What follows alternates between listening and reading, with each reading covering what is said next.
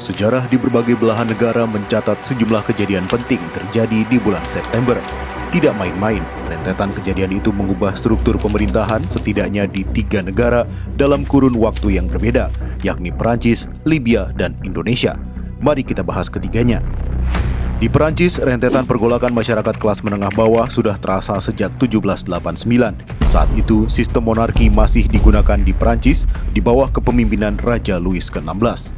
Gaya hidup mewah keluarga raja, terutama permaisuri Raja Prancis Marie Antoinette, ikut menenggelamkan Prancis ke jurang krisis keuangan yang parah, meskipun hal ini bukanlah satu-satunya penyebab.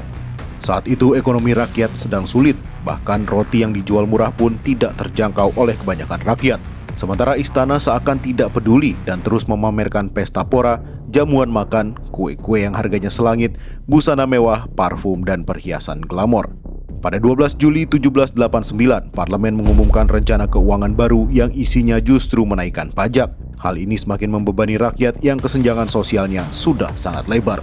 Rakyat pun berontak. Pada 14 Juli 1789, massa menyerbu penjara Bastille, simbol kekuasaan monarki. Bastille adalah tempat kurungan bagi tahanan yang tidak lagi bisa mengajukan banding.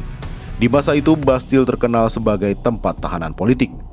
Dari Bastille yang menyimbolkan luapan kemuakan rakyat atas feodalisme dan ketidakadilan, monarki absolut Prancis pun resmi dihapuskan dengan konvensi nasional 3 tahun berselang, tepatnya pada 21 September 1792.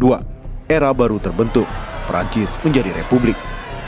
Libya juga menggulingkan pemerintahan monarki pimpinan Raja Idris pada 1 September 1969. Kudeta tak berdarah ini dipimpin Muammar Gaddafi, pemuda karismatik berusia 27 tahun dengan pangkat kapten. Gaddafi, alumnus Akademi Militer Libya ini adalah pengagum pemikiran dan perjuangan tokoh nasionalis Arab asal Mesir, Gamal Abdel Nasser.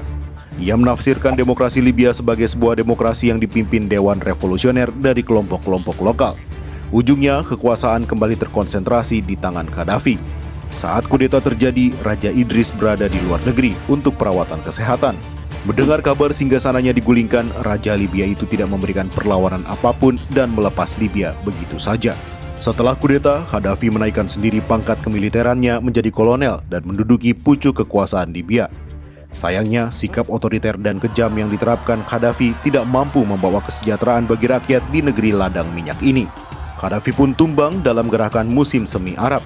Ia tewas ditembak kelompok Dewan Transisi Nasional Libya pada 20 Oktober 2011. Berakhirlah rezim 40 tahun Gaddafi.